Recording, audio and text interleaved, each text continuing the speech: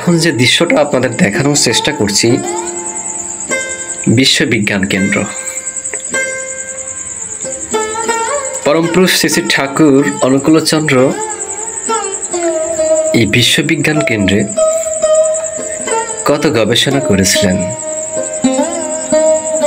ঋত্বিকাচার্য, কৃষ্ণপ্রসন্ন ভট্টাচার্য থেকে কত বিজ্ঞানী এই দালানে,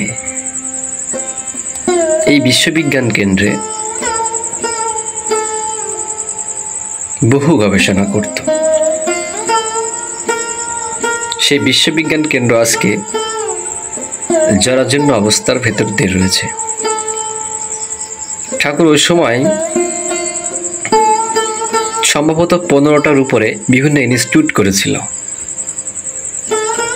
সেগুলো আজকে জরাজীর্ণ অবস্থার ভেতরে রয়েছে। বিশ্ববিজ্ঞান কেন্দ্র যেটার সামনে আমরা অবস্থান করছি,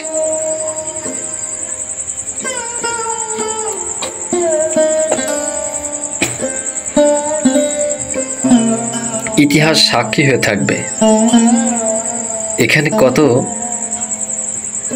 শত শত, কত হাজার হাজার গবেষণা হয়েছিল। ঠাকুর যখন সশরীরে ছিলেন, তিনি তো এখনো আছেন।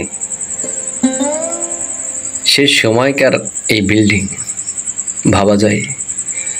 এই যে দেখছেন সিঁড়িটা, এই সিঁড়িটা দিয়ে এই বিশ্ববিজ্ঞান কেন্দ্রের দোতলা ভবনে ওঠার সিঁড়ি। ভেতরটা অনেকটা স্মৃতির মতোই হয়ে আছে। চারিদিক খালি মাঠ, অপরূপ সৌন্দর্য। হেমায়েতপুর যারা বিশ্বের বিভিন্ন প্রান্ত থেকে দেখছেন, আশা করছি এই হেমায়েতপুরে ছুটে আসবেন। যে ভূমিতে, যে মাটিতে পরমপুরুষ শ্রী শ্রী ঠাকুর অনুকূলচন্দ্র এসেছেন,